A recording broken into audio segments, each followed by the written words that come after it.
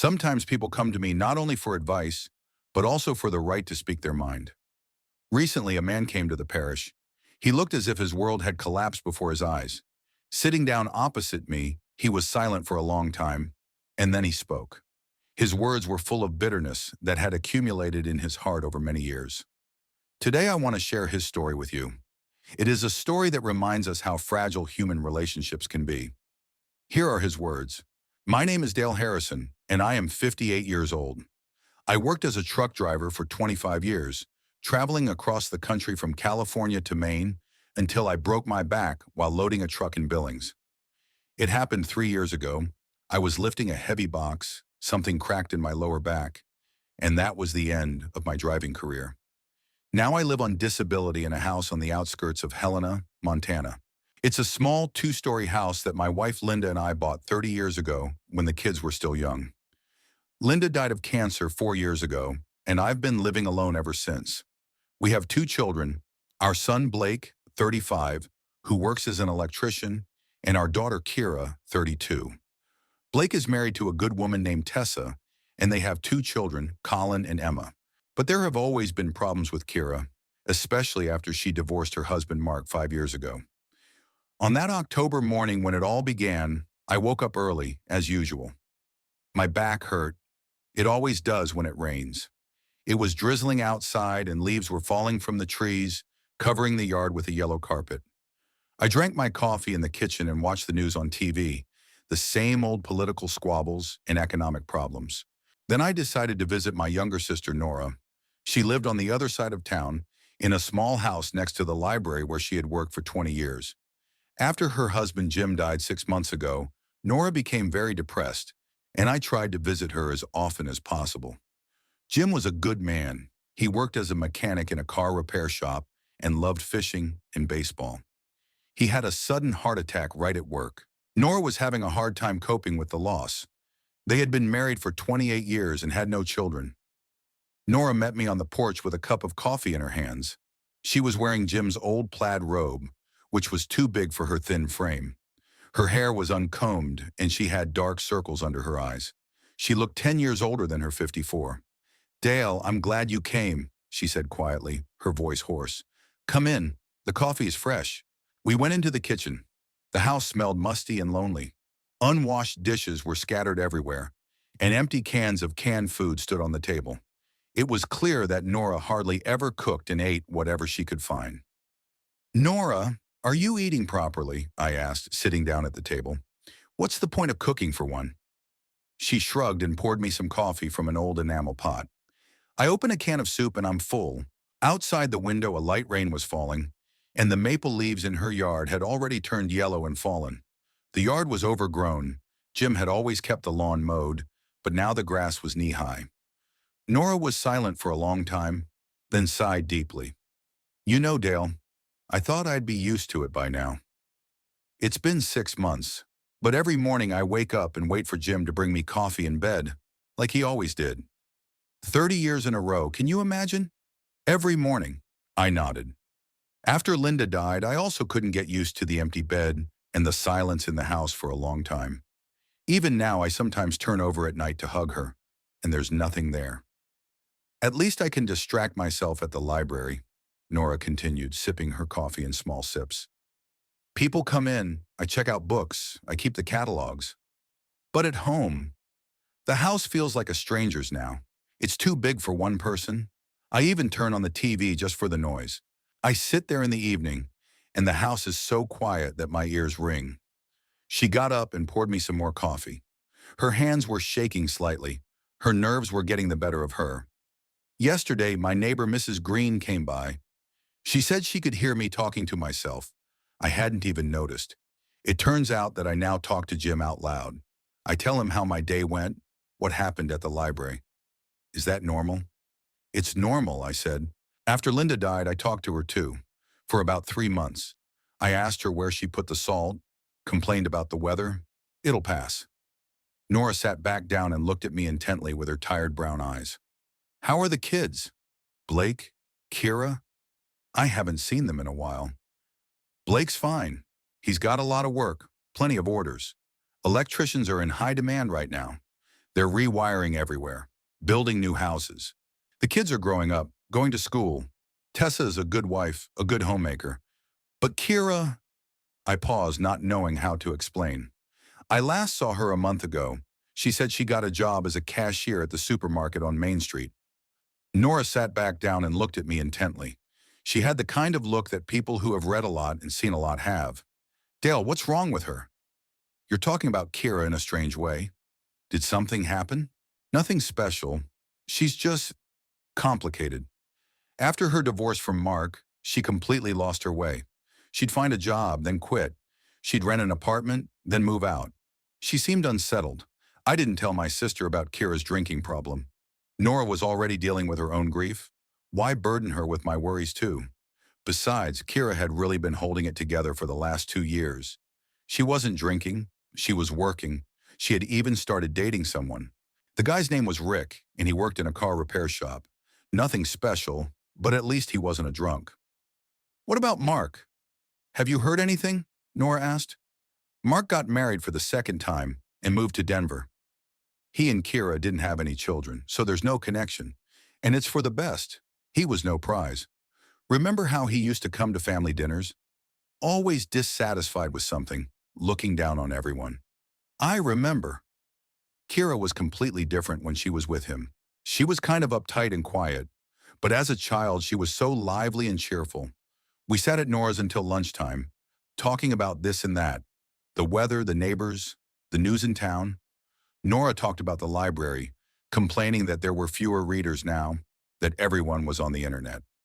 Young people don't read at all, and the old people are dying one by one.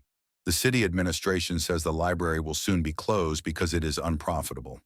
What will I do then? Nora sighed. I've been working there for 20 years. I don't know how to do anything else. Who will hire me at 54? We'll think of something, I reassured her. Maybe you can get a job with you, as a librarian's assistant or a cleaner. The main thing is not to sit at home alone. I listened and thought that she really needed someone to talk to. Loneliness kills people just as badly as illness. I've seen people like that. After the death of their spouse, they give up on themselves after a month or two. It's as if life loses its meaning. Around noon, I got ready to go home. Nora walked me to my car, standing on the porch in the same robe, small and lost. Dale, come by more often, she asked. Otherwise, I'll go completely wild. Okay, don't worry. And you try to take care of yourself, cook properly, clean the house. Jim wouldn't want you to live like this. I got home around 3 in the afternoon. I turned on the TV and watched the news. The same old problems with the economy, some scandal in the state government. Then I decided to make something for dinner. Blake promised to come over with his family in the evening. They had been doing that every weekend since Linda died. It was a good tradition. It brought the family closer together. I took a chicken out of the freezer and put it out to thaw. I decided to make a potato casserole. The kids love it. While the chicken was defrosting, I walked around the house and tidied up a bit. The house was quiet and empty. Sometimes I turned on the radio or TV just for background noise so I wouldn't hear my own breathing. Our house is small but cozy. On the first floor, there is a kitchen, a living room, and a small room that Linda and I called the study. There was an old desk, bookshelves, and a reading chair. On the second floor, there are 3 bedrooms, Linda's and mine, and Blake and Kira's. After my wife died, I slept in the guest room. There were too many memories in our bedroom. At 6 in the evening, Blake arrived with Tessa and the children, 10-year-old Colin and 8-year-old Emma. I heard car doors slam and children's voices in the yard. The children immediately ran into the house. Colin was talking about school, and Emma was complaining about her classmates. "Grandpa," Emma shouted, hugging my legs. "We brought you a present." "What kind of present?" "Mom baked an apple pie." Tessa came into the house carrying a large pan covered with a towel. She always baked something for our family dinners: pies, cookies, salads. She was a good woman, a decent woman. Blake was lucky to have her. "Dale, how are you?"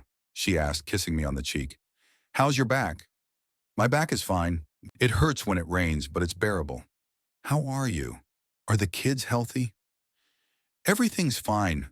Colin joined the soccer club, and Emma is taking art classes. Blake stayed with me in the hallway, while Tessa went to the kitchen to help set the table, and the kids ran to the living room to watch TV. "Dad, we need to talk," he said seriously.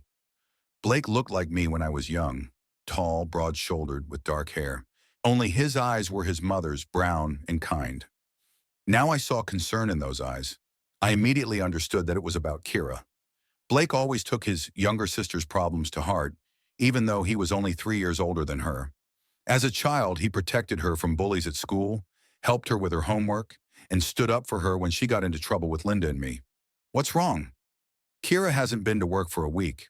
I called her boss at the supermarket, and he said she just stopped coming in. No explanation, no notice. Her phone isn't answering." My heart sank. This was a bad sign. When Kira is doing well, she is always in touch, calling regularly and visiting. We went into the kitchen. Tessa was setting the table, arranging plates and cutlery, but I could see she was listening to our conversation. She knew about Kira's problems. There were no secrets in the family. "Have you been to her house?" I asked, taking a casserole out of the oven. "I went the day before yesterday." "She's not home. The door is locked. She's not answering the phone. Her neighbor, Mrs. Clark, says she saw her a couple of days ago with some men, drunk." My heart sank. So she relapsed after all. 2 years of sobriety down the drain. And I thought she had made it, that the past was behind her. Maybe she just... I started, but I knew there was no excuse. "Dad, you know Kira," Blake interrupted. "When she starts drinking, she disappears for weeks." "Remember what happened 3 years ago?" I remembered. Back then, the police and I searched for her for almost a month. We found her in some basement on the outskirts of town, in terrible condition. Dirty, sick, covered in bruises. Some homeless guy was lying next to her, dead drunk. After that, she was treated in a clinic, went to Alcoholics Anonymous meetings, and I thought she had gotten over it. She didn't drink at all for 2 years, not a drop. Tessa put my casserole and her apple pie on the table and sat down next to her husband. "Dale, maybe we should report her missing to the police," she said quietly. "As a missing person?" "It's too early," I replied, although I was worried myself. "Kira is a grown woman, 32 years old. The police won't do anything until 48 hours have passed. And besides, if she's drinking, she'll show up when she runs out of money." "Does she have any money?" Blake asked. "I have no idea. We last spoke a month ago. She talked about work and complained that her salary was low. Everything seemed fine." Blake nodded grimly. We called the children to the table and sat down to dinner. Colin talked about school and his new friends on the soccer team. Emma showed us her drawings. She drew a house, a tree, and a dog. It was the usual childish joy, but we adults felt heavy-hearted. "When is Aunt Kira coming to visit us?" Emma asked suddenly. There was an awkward pause. The children didn't know about Kira's alcohol problems. We had shielded them from it. "Aunt Kira is busy at work," Tessa said. "She'll come as soon as she's free." After dinner, the children went to play in the living room, and we stayed in the kitchen drinking tea and eating Tessa's apple pie. The pie was excellent. Crumbly dough, juicy apples with cinnamon. But we didn't feel like eating. Our thoughts were with Kira. "You know, Dad," Blake said, "I think we need to look for her. We can't wait for something to happen. Last time we waited too long." "Where would we look?" "The city isn't small. It's full of dive bars and cheap bars. Rudy can help. He still has connections in the sheriff's department. Rudy Palmer has been my best friend since high school. We played football together, served in the army together, and were best men at each other's weddings. He worked as a county sheriff for 20 years and retired 3 years ago. If anyone could help find Kira, it was him. Rudy knew the city like the back of his hand and knew all the local drunks and drug dealers. "I'll go see Rudy tomorrow," I agreed. "I'll talk to him." Tessa looked at me with sympathy. She had beautiful green eyes and a soft face. A good mother, a caring wife. "Dale, maybe we should try to get her out of this state? Put her in a hospital, find a good doctor? I've read that there are new methods of treating alcoholism." "Tess, we've already tried that. 3 years ago, she was in a private clinic in Billings for 2 months. It cost a lot of money, $15,000. And what good did it do? She lasted 2 years and then went back to her old ways." "But 2 years is a good result," she insisted. "It means the treatment helped." "For an alcoholic, 2 years of sobriety is a lot," Blake sighed. "But relapses are inevitable. I read about it on the internet. It's a chronic, incurable disease. You can only control it. What triggered it? Tessa asked. There must be a reason why she started drinking again. I shrugged. Who knows? Maybe problems at work. Maybe she had a fight with her boyfriend. His name was Rick. Or maybe it's just autumn, seasonal depression. Any excuse will do for alcoholics. We talked a little more. Then Blake and his family left for home. Tessa gave me a big hug as she left. Dale, if you need anything, call us right away. We'll help however we can. Thanks, Tess. You're good people. I was left alone in an empty house where every corner reminded me of the past. Linda's favorite armchair was still in the living room. Green, worn, with a high back. Her cosmetics, perfume bottles, and a comb with a few light hairs on it were lying on the dressing table in the bedroom. I couldn't bring myself to throw these things away. It would be like removing Linda herself from my life. And now thoughts of Kira were also troubling me. Where was she? With whom? In what condition? I imagined the worst-case scenarios, that she would be raped, robbed, killed in a drunken brawl. The city had become dangerous, especially for women. Drug addicts, homeless people, all kinds of lunatics. You name it, they were on the streets. I turned on the TV, but I couldn't concentrate on the programs. I mechanically switched channels. News, commercials, some movie about war. My thoughts revolved around one thing: how to find Kira, how to help her. If it's even possible to help someone who doesn't want help. I went to bed late, around midnight. I tossed and turned in bed for a long time, unable to fall asleep. Outside the window, the wind swayed the branches of the old oak tree that Linda and I had planted when we bought this house 30 years ago. Back then, it was a thin twig, and now it's a huge tree. Back then, it seemed that we had our whole lives ahead of us, that our children would grow up happy and successful, that we would grow old together with my wife. But things turned out differently. Blake, of course, turned out well, hardworking, family-oriented, reliable. The right principles, the right friends, the right wife. But with Kira, something went wrong when she was a teenager. Maybe Linda and I made a mistake somewhere. Maybe we were too strict or, on the contrary, too soft. Maybe our divorce had an impact. Although no, Linda and I never divorced. Maybe it's just fate.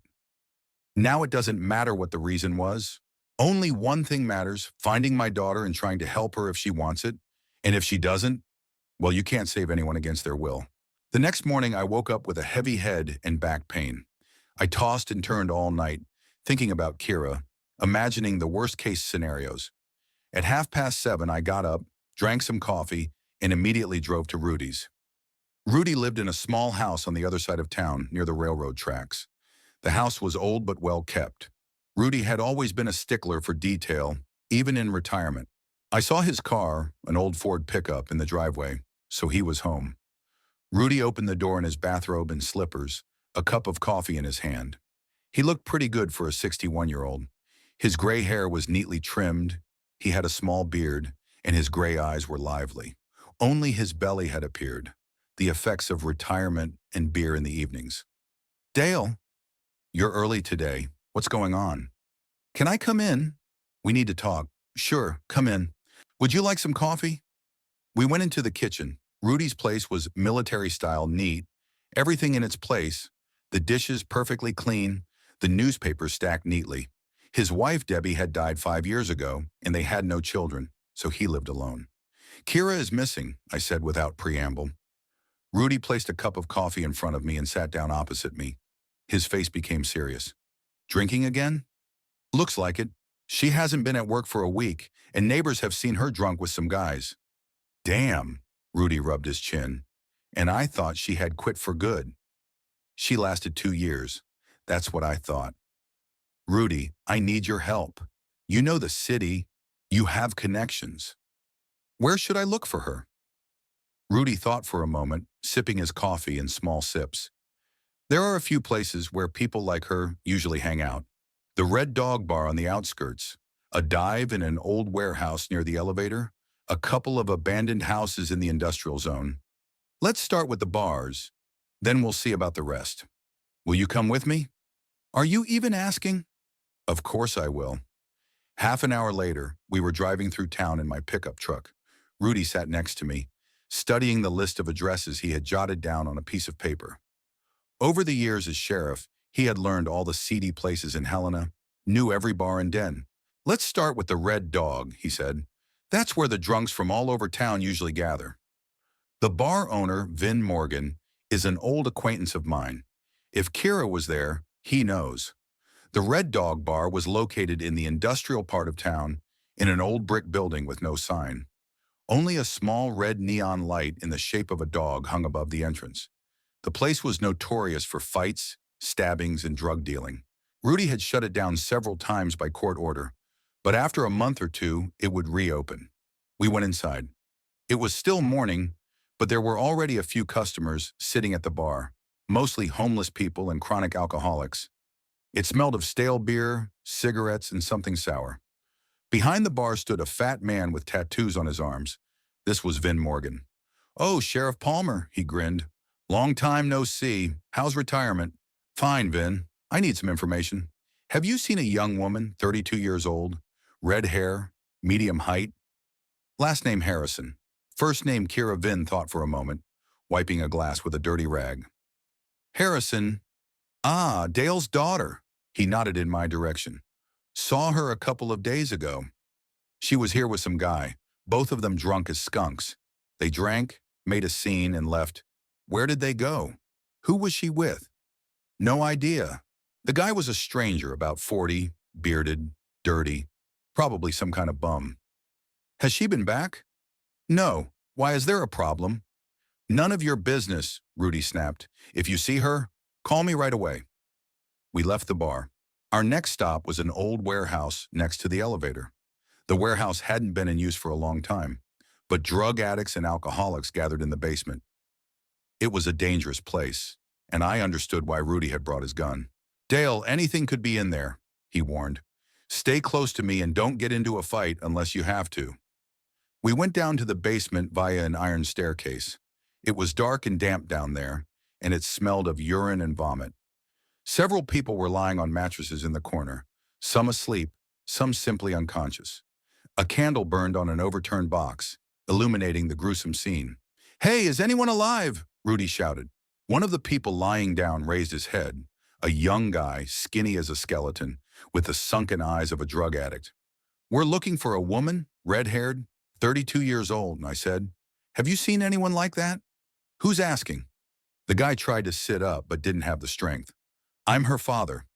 There was no one here, only us. We searched the entire basement, but Kira wasn't there. We went upstairs and drove on. The next place was an abandoned house in an industrial area where, according to Rudy, homeless people sometimes spent the night.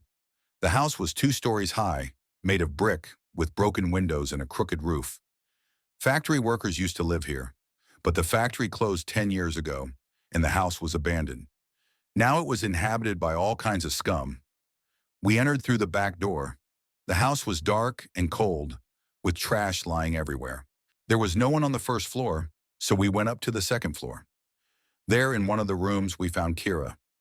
She was lying on a dirty mattress next to a man of about 40. Both were drunk beyond consciousness. Kira looked terrible. Her hair was dirty, her face was swollen, and her clothes were torn. She had a bruise on her arm, as if someone had grabbed her hard. "Kira!" I ran up to her and tried to lift her up. She opened her eyes and looked at me with a cloudy gaze. "Dad? How did you get here?" "I'm taking you home." "Get up." I tried to lift my daughter, but the man next to her suddenly grabbed my arm. "Hold on, Uncle." "She's my woman now. I paid for her." The man was dirty, bearded, and smelled of alcohol. He had tattoos on his arms and a scar on his face from his temple to his chin. "Take your hands off her," I said, trying to sound calm. "She owes me money." "She's not going anywhere until she pays me back." "How much does she owe you?" $100. I reached into my pocket for my wallet, but Rudy stopped me. "Dale, don't. It's a scam." The man got up from the mattress, staggered, but remained standing. He was quite large, even though he was drunk. "Listen, old man, your daughter is staying here. Now she'll live with me?" That was the last straw. I punched him in the face as hard as I could. The man fell back onto the mattress, but immediately jumped up and came at me with his fists. A fight broke out. I haven't forgotten how to fight, even though I'm not young anymore. 25 years as a truck driver didn't go to waste. I had to settle disputes in bars and sort things out with loaders. But my back hurt, and I wasn't as young as I used to be. The man turned out to be stronger than he looked. He hit me in the ribs several times and once in the jaw. But Rudy didn't stand by. He came up behind him and hit him on the head with a police baton. The man fell unconscious. "Enough lying around," said Rudy. "Let's get Kira and get out of here." We lifted our daughter off the mattress. She was semi-conscious, barely able to stand. We had to carry her to the car. Kira was muttering something incomprehensible, her head dangling like a rag doll's. "Should we take her to the hospital?" Rudy asked when we sat her in the back seat. "No, take her home. They'll ask questions at the hospital and might report it to the police. I'll take care of her at home. Dale, she might have alcohol poisoning, or she might have taken drugs. We'll see at home. If she's really bad, then we'll go to the hospital." We drove to my house. Kira slept the whole way, sometimes muttering something about Mark, about work, about some money. She looked like a beaten dog, dirty, thin, with bruises on her face and arms. At home, we carried her to the guest room and put her to bed. I brought a basin of warm water, towels, and clean clothes. Rudy helped undress his daughter and wash her. There were many bruises on her body, on her back, legs, and stomach. It was clear that someone had beaten her, and not just once. "Dale, someone raised their hands against her," Rudy said, examining the bruises. "And recently? Yesterday or the day before? Probably that guy from the house, or someone else. Maybe we should report it to the police, for assault. What's the point? She won't say who beat her, and it's her own fault for getting involved with that scum." We changed Kira into clean clothes and covered her with a blanket. She was in a deep drunken sleep. Her breathing was even. Her pulse was normal. It seemed that her life was not in danger. "I'll stay with her," I said, "in case something happens." "Do you want me to stay and help?" "No, Rudy. You've already done so much. Thank you." "You're welcome. Kira's a good girl. She just lost her way. I hope we can get her out this time." Rudy left, and I stayed to watch over my daughter's bed. I sat in a chair, read the newspaper, and checked her breathing and pulse from time to time. Kira slept until evening, sometimes tossing and turning and moaning in her sleep. Around 8 o'clock in the evening, she woke up. She opened her eyes, looked at me, then looked around. "Where am I?"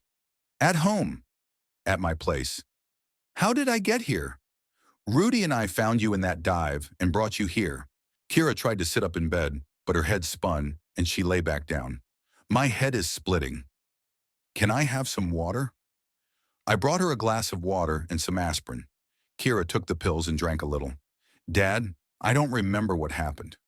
The last thing I remember is being in a bar with some guy, and then a blackout." "Did that guy hit you?" Kira touched the bruise on her face. "I don't know. Maybe. Everything's a blur." "Kira, why did you start drinking again? You held out for 2 years. My daughter turned away toward the wall. "I don't know, Dad. I just got tired of everything. My job sucks. I make peanuts. I have no friends. I met Rick at the bar. We had a few drinks to cheer ourselves up, and then I couldn't stop." "Where's Rick now?" "No idea. Probably at home. He's a good guy. He just likes to drink too." I didn't argue. I knew that in her condition, she wouldn't understand anything anyway. I had to wait until she sobered up completely, and then we could have a serious conversation. "Get some rest. We'll talk tomorrow." "Dad, I'm hungry." "I'll bring you some soup." I heated up some chicken soup and brought it to my daughter in bed. She ate slowly with difficulty, her hands shaking. It was clear that her body was severely depleted. "How many days have you not eaten properly?" "I don't remember. 3 days probably. Or 4. After dinner, Kira fell asleep again. I sat there for a while thinking about what to do next. More treatment, more hospital visits, more hopes and disappointments. How much more could she take? But there was no other way. Kira was my daughter, and I couldn't abandon her, no matter how many times she relapsed. Maybe this time it would work. Maybe she would realize that she had gone too far. Maybe there was a way to save her. Late in the evening, I went to bed in my room, but I couldn't fall asleep for a long time.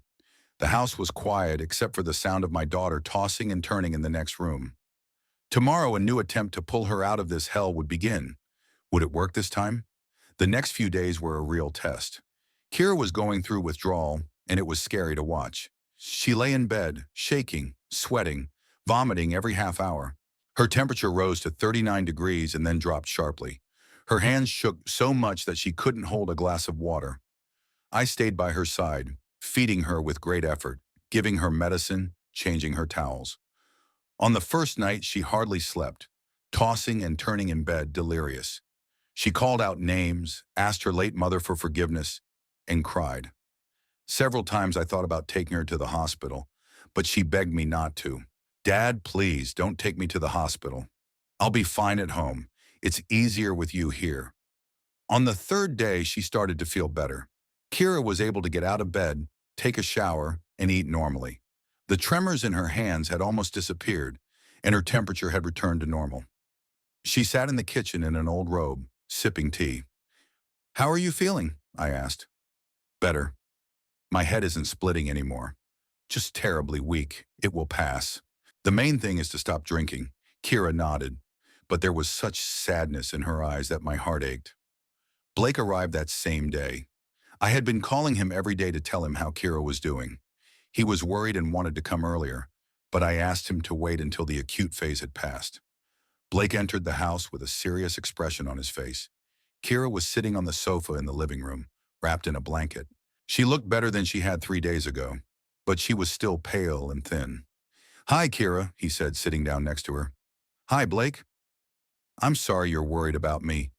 Don't apologize. The main thing is that you're alive and home." I made coffee, and we sat down at the kitchen table.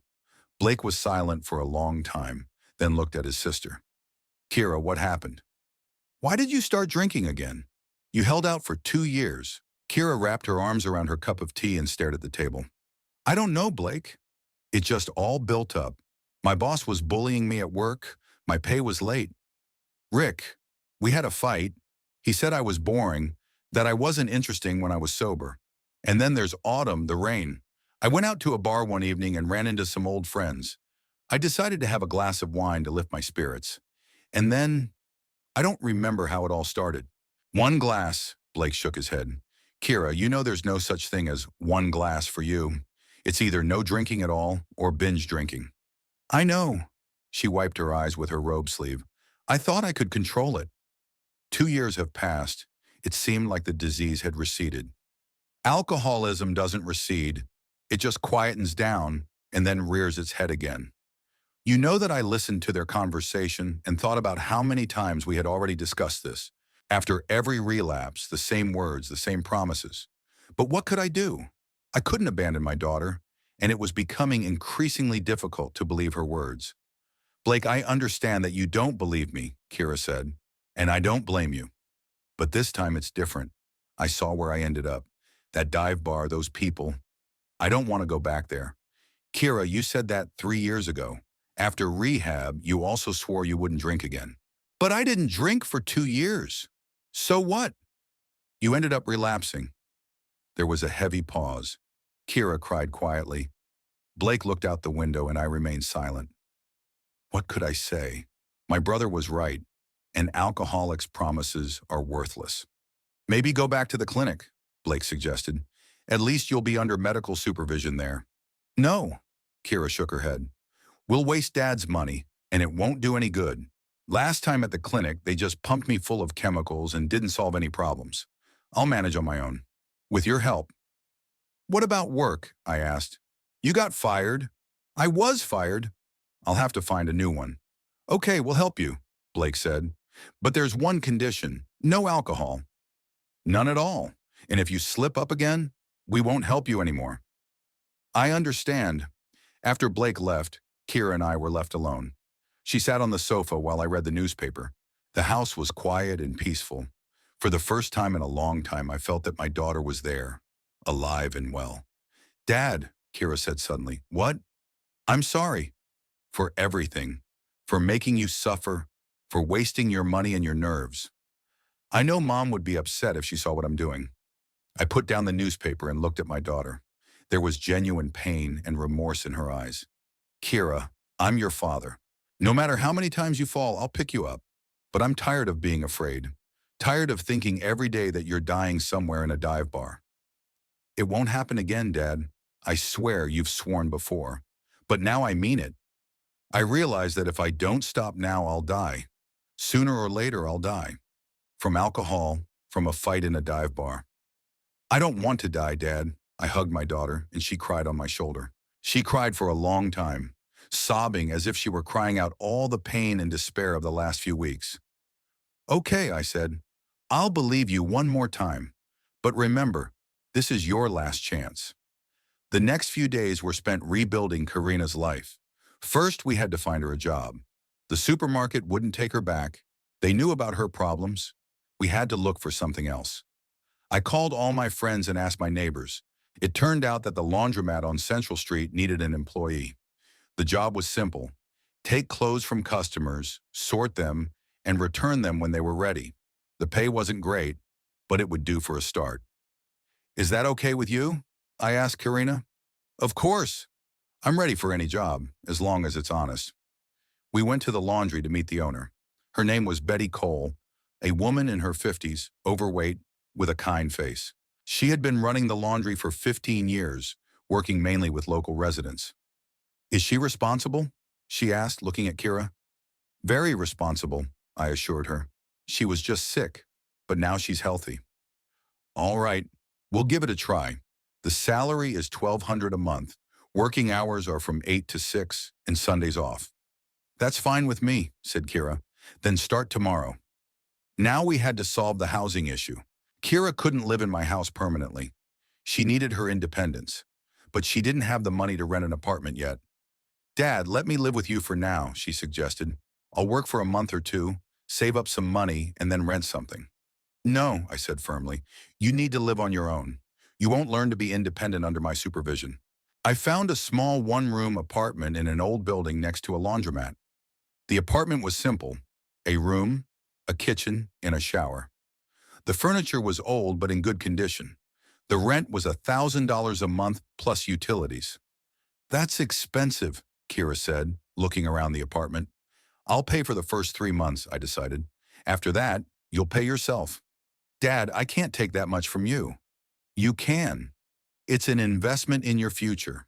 We signed the lease and paid the deposit. Then we went to buy Kira some clothes. She had almost nothing left. Some of her things had been lost during her binge, and some had been ruined. At the store, I bought her some simple work clothes: jeans, shirts, a sweater, and a jacket. Nothing expensive, but all new and neat. Kira tried on the clothes like a child, delighted with every purchase.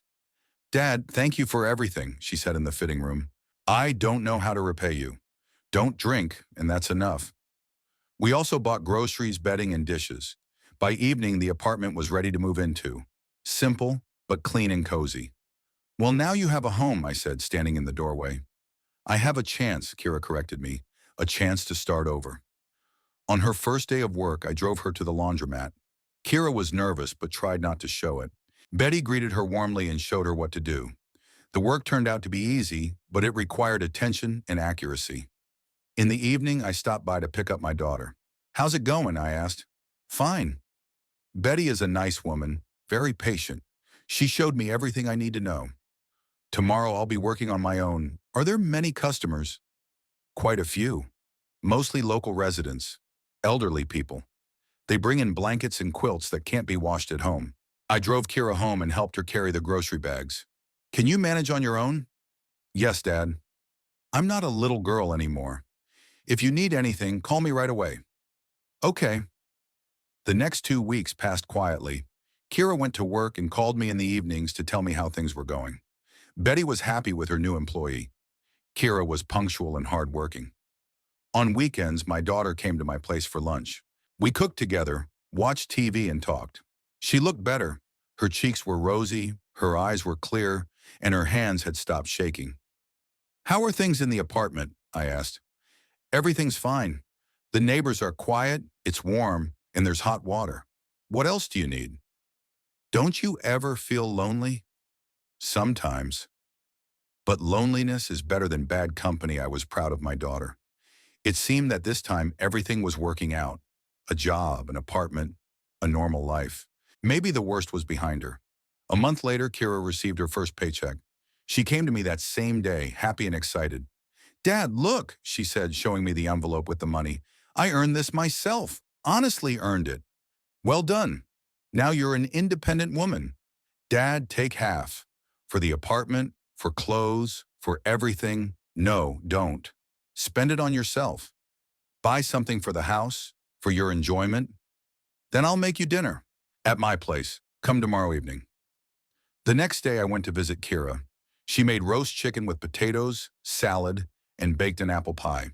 The apartment was clean and cozy, with potted flowers everywhere. "Where did you get the flowers?" I asked. "I bought them at the market. I want my home to be beautiful." We had dinner by candlelight and talked about work and plans for the future. Kira told me about her laundry customers and laughed at funny stories. For the first time in a long time, she looked truly happy. "You know, Dad," she said over tea, "I've realized something. Happiness isn't in alcohol. Happiness is in simple things. In work, in home, in the love of your loved ones." "You're right. I won't drink anymore. Not a drop. I promise you." "I believe you," I said, although deep down I still had my doubts. But so far, everything was going well. Kira was working, paying for her apartment, living a normal life. The first month of her independent life passed without any setbacks. Maybe this time it would really work out. 2 months passed quickly and peacefully. Kira worked at the laundromat, paid her rent on time, and called me regularly. She came to visit on weekends, we cooked dinner, watched TV, and talked about everyday things. She looked healthy and happy, had gained a little weight, and her eyes were clear. I was beginning to believe that this time it had worked out. Betty from the laundry praised Kira, saying that she was a responsible worker, that the customers loved her, and that there were no problems. She even raised her salary a little, to $1,400. Kira was happy and planned to save money and buy a car. "Dad, can you believe I haven't had a drink in 6 months?" she said one Sunday as we sat in the kitchen drinking tea. "I think I've finally done it." "Don't say finally," I said cautiously. "Just keep it up." "You still don't believe me." "I believe you. But I know that alcoholism is an insidious disease. It can lie dormant for years and then reappear. That won't happen to me. I've seen where it leads." "Never again," I nodded, although deep down I remained cautious. I'd heard those words too many times. Blake also became calmer. At first he called me every week, asked about Kira, and talked to her himself.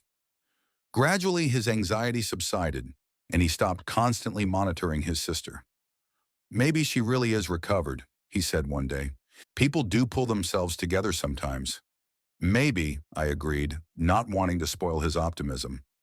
My birthday was coming up in mid-November, on the 23rd. I was turning 59. Blake suggested celebrating at my house, inviting relatives and friends. "Dad, it's been a long time since we've had a proper family celebration. Kira's healthy now, so we can all get together." "Okay," I agreed, but nothing fancy. Just a simple dinner. We decided to invite Blake and his family, my sister Nora, Rudy, and his new girlfriend Carol, whom he met at a senior citizens club. Kira was also supposed to come. I wanted to invite her formally so she would feel like part of the family. On Friday, November 21st, I decided to stop by my daughter's place after work and invite her to the birthday party in person. I could have called, but I wanted to see her, to see how she was doing. The last time I visited her was a month ago. It was around 7 in the evening when I pulled up to her house. The old 4-story building looked gloomy in the evening light of the street lamps. Kira lived on the second floor. As I climbed the stairs, I heard loud music coming from her apartment. This surprised me. Kira never listened to music that loud, and the neighbors wouldn't have tolerated it. I knocked on the door. The music stopped, and I heard footsteps and voices. "Who's there?" Kira's voice sounded strange, hoarse. "It's me, Dad." There was a long pause. Then the door opened, and I saw my daughter. She was drunk. Her eyes were cloudy, her face was red, and her hair was tousled. She was wearing a dirty t-shirt and jeans. "Dad? Why are you here?" "I wanted to invite you to my birthday party," I said, feeling my heart sink. Behind Kira, I saw the apartment. There were bottles on the table, vodka, beer, wine. Cigarette butts, empty cans, and food scraps were scattered everywhere. Three men I didn't know were sitting on the sofa. They were all drunk and looked at me with curiosity and aggression. Kira, what's going on? I asked quietly. Nothing special. Some friends came over. We're celebrating. What are you celebrating? Just Friday. I entered the apartment without waiting for an invitation. The three men got up from the sofa.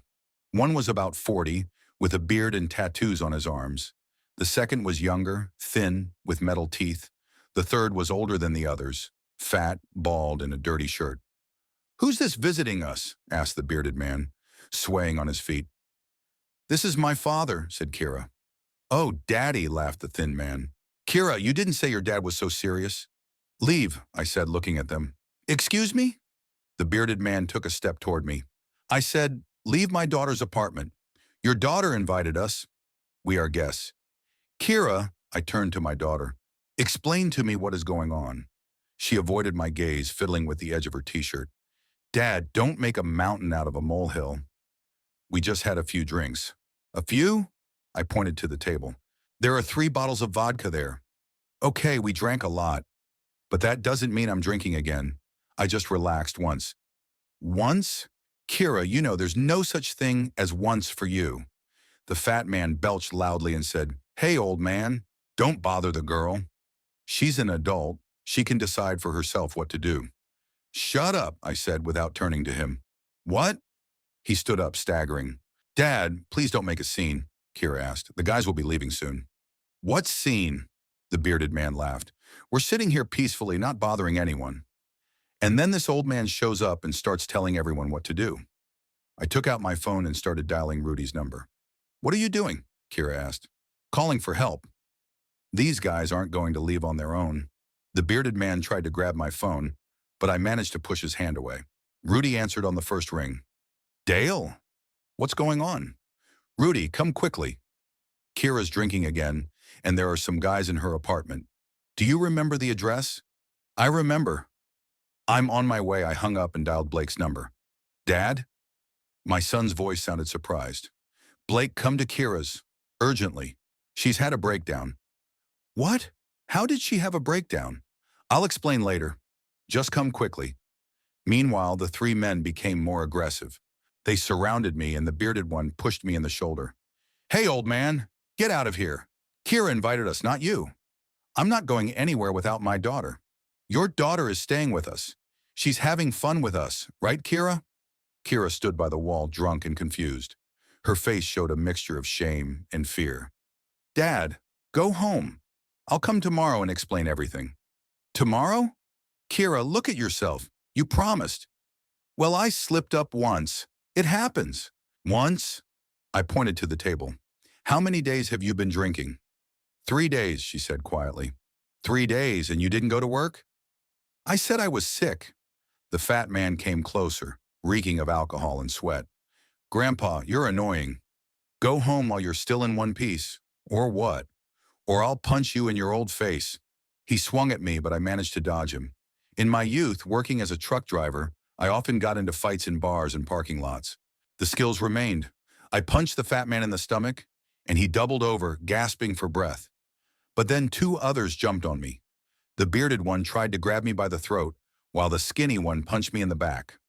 A fight broke out. It was difficult for me. My age and bad back were taking their toll. But my anger gave me strength. These bastards were getting my daughter drunk and corrupting her. "Dad, stop it," Kira shouted. The bearded man turned out to be stronger than the others. He knocked me to the floor and started to choke me. I tried to break free, but I didn't have enough strength. My vision darkened. Then Rudy burst into the apartment. He immediately assessed the situation, grabbed a baton, and hit the bearded man on the head. He fell to the floor unconscious. "Dale, are you okay?" "I'm fine," I said, getting up, breathing heavily. The skinny and fat guys were scared and pressed themselves against the wall. "We didn't do anything wrong," stammered the skinny one. "We were just visiting." "Get out of here," said Rudy. "Quickly." They grabbed the bearded man by the arms and dragged him to the exit. But the fat man stopped at the door. "Kirka will come back tomorrow. You still have a bottle." "No one is coming back," I said. "Who are you to forbid it?" "I'm her father." Father, the fat one spat on the floor, your daughter is a grown woman. If she wants to drink with us, she will drink. Something inside me snapped. All the pain of the last few months, all the hopes and disappointments turned into blind rage. I grabbed the fat man by the chest and dragged him to the window. Dad, what are you doing? Kira screamed. I didn't hear her. I opened the window and pushed the man out. He fell into the courtyard from the second floor, screaming loudly. Then it went quiet. My God, whispered Rudy. Dale, what have you done? I went to the window and looked down. The fat man was lying on the grass, moaning, but moving. So he was alive. Get out, I said to the skinny man. And don't come back here again. He nodded and quickly ran out of the apartment. The bearded guy also came to his senses, got up and staggered toward the exit. Bitches, he muttered. Fucking cops. When they left, silence hung in the apartment. Kira sat on the couch crying. Rudy stood by the window, looking out at the courtyard. The fat guy got up and is limping to his car, he said. He's alive. At that moment, Blake ran into the apartment. His face was white as a sheet. What happened here? Some guy was lying downstairs. Now he's gone somewhere. Kira started drinking again, I said quietly. She's been drinking with these thugs for 3 days. Blake looked at his sister, then at the trashed apartment, the overturned table, broken bottles, blood on the floor. Kira, what are you doing? Blake, I didn't mean to. I just ran into some old friends and they invited me out for a drink. I thought I could control it. Control it? Blake sat down next to her. Kira, look at yourself. Look at what you've done. I know, I understand everything, but I can't stop. She cried, rocking back and forth. She looked pathetic, dirty, drunk, broken. I sat down in a chair, feeling my strength drain away. All the anger was gone, leaving only endless fatigue. Why, Kira? I asked. Why are you doing this? I don't know, Dad. Honestly, I don't know. Everything was fine. My job, my apartment. And then I met Danny, the bearded one. He said he missed me and suggested we have a drink to celebrate. I refused, but he insisted. He said 1 glass of beer wouldn't hurt. 1 glass, Blake repeated bitterly. And where was that 1 glass? Then he brought his friends over. He said they had some good vodka. I tried to kick them out, but they wouldn't leave. And then I wanted to drink myself. I wanted to forget. Forget what? Everything. My job at this stupid laundry, my loneliness, the fact that life has passed me by. Kira stood up, staggered, and grabbed the wall. I'm 32 years old, and what do I have? A job that pays peanuts, a rented apartment, no one around.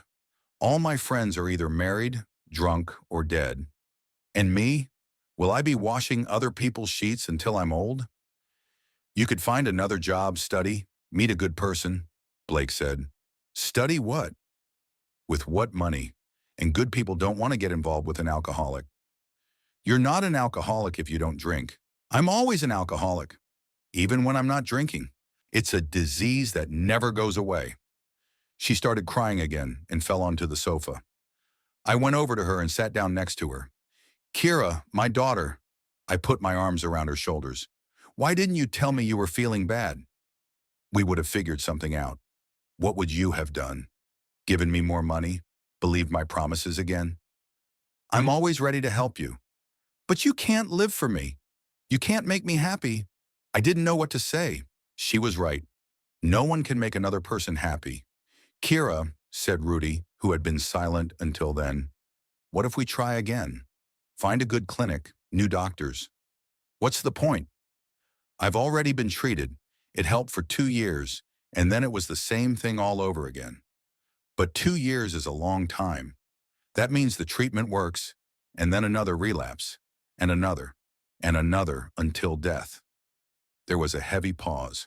No one knew what to say. The room smelled of alcohol and tobacco, and there was trash everywhere. Okay, I said, standing up. The main thing now is to bring her to her senses. Rudy, help me carry her to the car.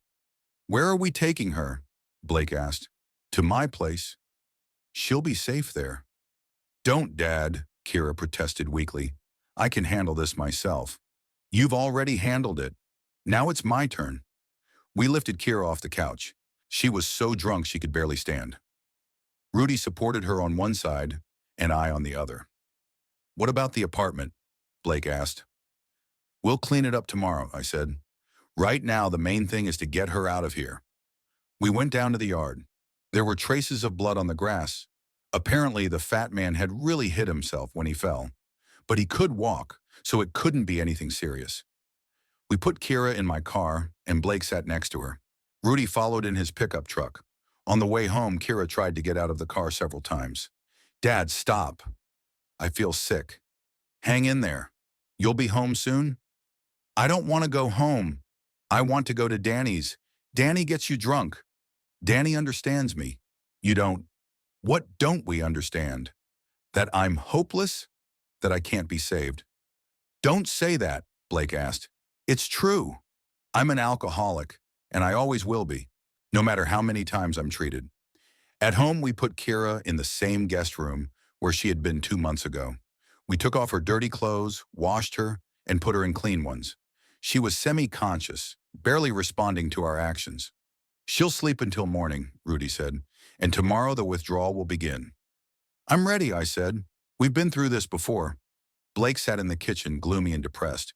"Dad, I can't take it anymore." "How much more can we take? She's killing us with her drinking. She's my daughter. And my sister. But I'm tired. Tired of being afraid she'll die. Tired of believing her promises." "What do you suggest?" "I don't know. Maybe let her live the way she wants? Maybe we're just getting in her way by trying to save her." "Blake, she'll die without our help." "And with our help?" "Another relapse. Another treatment. More hope. More disappointment. It's a vicious circle." I understood my son. He was right. We had been going around in circles for several years. But how could I abandon my own child? "All right," I said. "We'll talk tomorrow." When she sobers up, Rudy went home, and Blake also left to be with his family. I was left alone with my drunk daughter. I sat in a chair next to her bed, listening to her breathe. From time to time, she moaned in her sleep, calling for her mother, asking for forgiveness. My heart felt heavy and empty. It seemed that all my efforts were in vain. No matter what I did, no matter how hard I tried, Kira would return to the bottle again and again. Maybe Blake was right, and I should just let her go. But how could I let go of my own daughter? How could I accept that she was dying before my eyes? In the morning, a new cycle would begin. Withdrawal, treatment, promises, hopes, and then another relapse.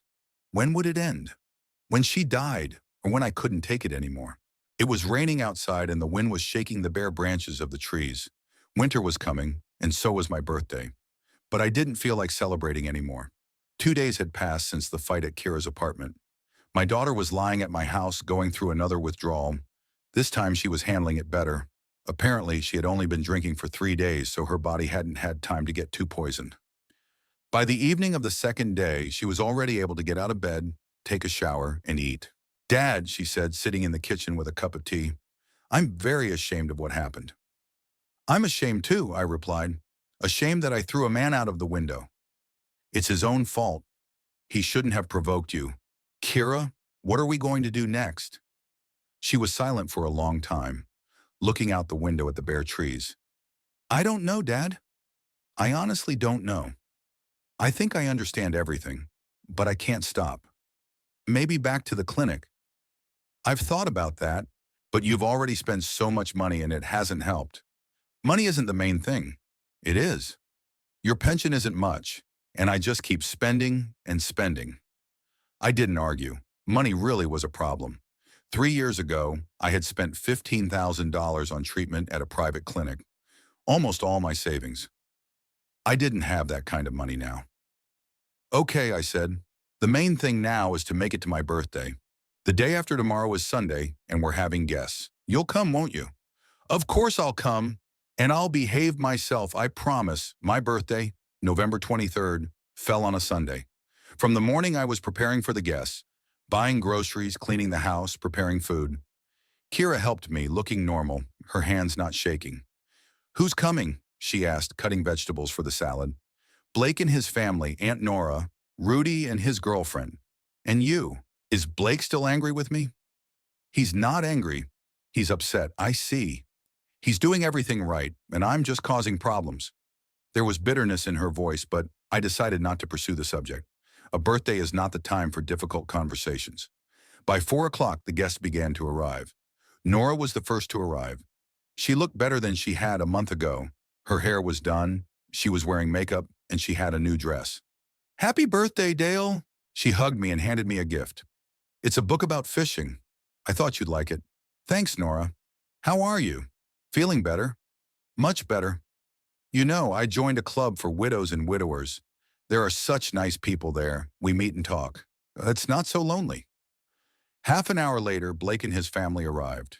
The children immediately ran up to me with their congratulations, and Emma handed me a homemade card with a drawing on it. Grandpa, that's you fishing, she explained. It's a beautiful drawing. Thank you, sweetheart. Tessa brought a big birthday cake, and Blake brought a bottle of good whiskey. He congratulated me quietly, still upset about the situation with Kira. Rudy was the last to arrive with his girlfriend, Carol. Carol was a pleasant woman of about 55 who worked as a nurse in a hospital. They had met at a dance club and had been dating for 6 months. Dale, I wish you happiness and health, Rudy said, shaking my hand, and may all your problems be solved. We sat down at the table in the living room. I set the large table, put out the best dishes, and lit the candles. It was a beautiful celebration. The whole family together, good food, gifts. Kira sat between Nora and Blake, quiet, hardly speaking. I caught her eye several times.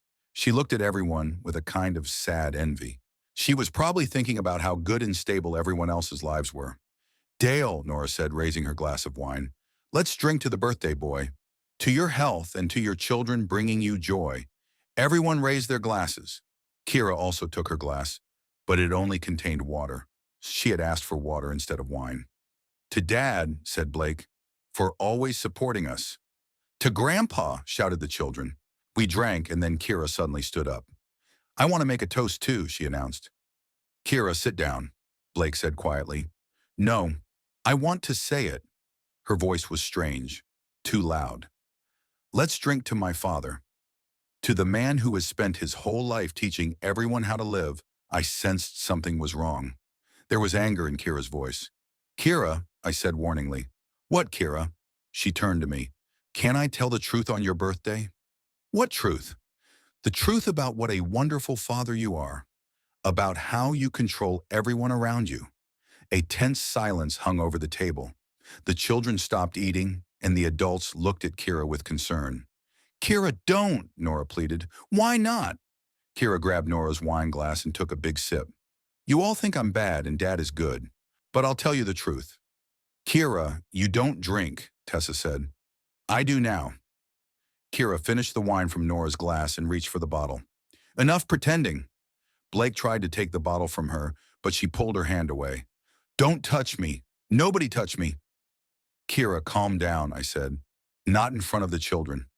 In front of the children? She laughed hysterically. But in front of the children, it was okay to discipline me with a belt? In front of the children, it was okay to yell at Mom for every little thing? Kira, what are you saying? Blake asked in surprise. I'm telling the truth. She turned to her brother. You don't remember because you were older, so you were punished less. But Dad disciplined me until I was 14. I punished you when you misbehaved, and I said, like any father. Misbehaved? Kira stood up, swaying. I got spanked for every bad grade, every time I was late, every wrong word. Kira, stop it, Blake said sternly. This is not the time or place. When is it? She poured herself some wine from the bottle. When can we tell the truth about our wonderful family? Rudy got up from the table. Maybe I should leave. Sit down, Kira said. You're a friend of the family. You should know the truth. Know what a wonderful father my dad is. Kira, stop, I asked. You're drunk. You don't know what you're saying. I do know. I finally understand. She took another sip of wine. You've controlled everyone your whole life. You drove Mom to the point where she would have left you if she hadn't gotten sick. That's not true, I said quietly.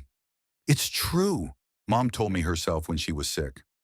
She said you suffocated her with your care, your control. Those words stabbed me like a knife in the heart. Linda had indeed complained in recent years that I was too protective of her, but I thought I was doing it out of love. Kira, Mom was sick. She said a lot of things, Blake defended him. Don't defend him, Kira shouted. You didn't see how he treated her, how he controlled her every move. I cared for her, I said. Cared, Kira laughed. You smothered her with care. And now you're smothering me. You meddle in my life. Decide who I should be friends with, where I should work, how I should live. I'm helping you, I objected. Helping? She moved closer to me. You're controlling me, just like you controlled Mom, just like you controlled us when we were kids. Kira, you're wrong, Nora said. Dale is a good father. Good? Kira turned to her aunt. Aunt Nora, do you remember how he yelled at Uncle Jim for drinking beer? Jim drank too much, Nora said uncertainly. Everyone around us drank too much. Everyone was wrong. Only Dad knew how to live. The children sat with frightened faces, and Tessa hugged them, trying to protect them from the scandal. Kira, calm down, said Rudy. You're upsetting everyone. And who upset me? She shouted. Who turned me into an alcoholic? You did, I said. No one forced you to drink. You did. With your control, your lectures. She came very close. Do you know what Mom said to me before she died? What? She said, don't let Dad control you. Live your own life. Mom didn't say that, Blake objected. She did. You weren't there. You were at work. Kira grabbed her glass. Now listen, everyone. Enough of this despot. She swung and poured wine in my face. The red wine ran down my face and stained my shirt. Stop complaining about everyone and meddling in other people's lives, she shouted. Everyone sat in shock. No one moved, no one said anything. The children were crying, and Tessa was holding them close. I wiped my face with a napkin and got up from the table. I'm sorry, I said to the guests. The party is over. I left the living room and went up to my room. I sat on the bed and stared at the wall. I could hear voices downstairs. The guests were calming Kira down and getting ready to leave. Half an hour later, silence reigned in the house. Kira had apparently left with everyone else. I didn't care. I sat in my room for a long time, thinking about my daughter's words. Maybe she was right. Maybe I really did control the family too much. Linda sometimes complained that I didn't give her any breathing room, but I thought I was taking care of her. Late in the evening, there was a knock on the door. Blake entered. Dad, how are you? Fine. Kira left. She said she's not coming back. Let her go. Dad, don't take her words to heart. She was drunk. She didn't know what she was saying. Maybe she knew exactly what she was saying. What do you mean? Maybe I really do control everyone. I drove your mom crazy. I nag you with my advice. I try to change Kira. Dad, you care about us. That's normal. Normal? I looked at my son. Then why is Kira drinking herself to death? Why has Mom been unhappy these last few years? Mom had cancer. Of course she was unhappy. Not just because of the cancer, Blake. Kira's right. I was too controlling. Blake sat down next to me on the bed. Dad, even if that's true, what do we do now? Leave Kira to her fate? I don't know. I'm tired, son. Tired of fighting her alcoholism. Tired of hoping and being disappointed. I understand. I'm tired too. We sat in silence. Outside the window, snow was falling. The first snow of the winter. Blake, what if she's right about me? What do you mean? What if I'm really to blame for everything? What if my upbringing made her an alcoholic? Dad, many children grow up in strict families and don't become alcoholics. Every person has a choice. But maybe I deprived her of that choice? Maybe I stifled her so much that she couldn't find another way to live? Blake didn't answer. Apparently, he had doubts too. The next morning on Monday, I made a decision. I waited until 11 o'clock and called Karina's landlord, Mr. Davis. Mr. Davis, this is Dale Harrison. I will no longer be paying my daughter's rent. What happened? Nothing happened. She's just a grown woman and should pay for her own housing. I understand. But I have a contract with you, not with her. If you don't pay, I'll have to evict her. Do what you have to do. Okay, I'll give her 2 days to find the money. If she doesn't, I'll evict her. I hung up the phone and felt relieved. For the first time in a long time, I had decided not to help Kira. Let her live as she wants, without my control. On Tuesday evening, Kira called me. Dad, Mr. Davis said you stopped paying for the apartment. Is that true? It's true. Why? Because you're right. I control too much. Now live on your own. But I don't have any money. I haven't worked for 3 days. Betty fired me. You'll find a job. You'll earn money. Dad, you can't do this. I'll be evicted tomorrow. That's your problem, Kira. You said yourself that I was meddling in your life. I won't anymore. Dad, that's not what I meant. I was drunk. I was talking nonsense. Maybe you were telling the truth. In any case, I won't interfere in your life anymore. Dad, please, give me another chance. You've had plenty of chances. I hung up. Kira called back several more times, but I didn't answer. On Wednesday morning, Mr. Davis called me. Mr. Harrison, I had to evict your daughter. She couldn't pay the rent. I understand. She asked me to tell you that it's all your fault. Thanks for the information. On Wednesday evening, Kira came to my house. I heard her knocking on the door, shouting something. I looked out the window. She was standing on the porch, drunk with a bag in her hands. Dad! Open the door, she shouted. I didn't open it. Dad, I know you're home. Your car is here. I sat in the living room, listening to her screams. My heart was breaking, but I didn't move. Open up, Dad. I have nowhere to go. Kira banged on the door and kicked it. You're my father. How could you abandon me? Then she started saying something else, but I wasn't listening. I covered my ears with my hands, trying not to hear her. An hour later, she stopped banging. I looked out the window. She was gone. Only her bag was lying on the porch. I went out and picked up the bag. It contained dirty clothes, an empty bottle, and some pieces of paper. One piece of paper had the words, Dad, forgive me. I love you written on it in uneven handwriting. I took the note and went back inside. I held it in my hands for a long time, reading it over and over again. Then I tore it up and threw it away. I didn't sleep all night thinking about Kira. Where was she? With whom? In what condition? But in the morning, I still didn't answer the phone when she called. I made a decision, and I will stick to it. No more control, no more help. Let Kira live her life, whatever it may be. In the end, I stated 3 simple truths. First, you can't change the past, but you can change the future. Second, everyone has the right to their own boundaries. Third, a person's strength is manifested in their ability not only to forgive, but also to make decisions for themselves. Now, I want to ask you, would you forgive or would you draw a line under it? Write your opinion in the comments and tell us where you are listening to us from.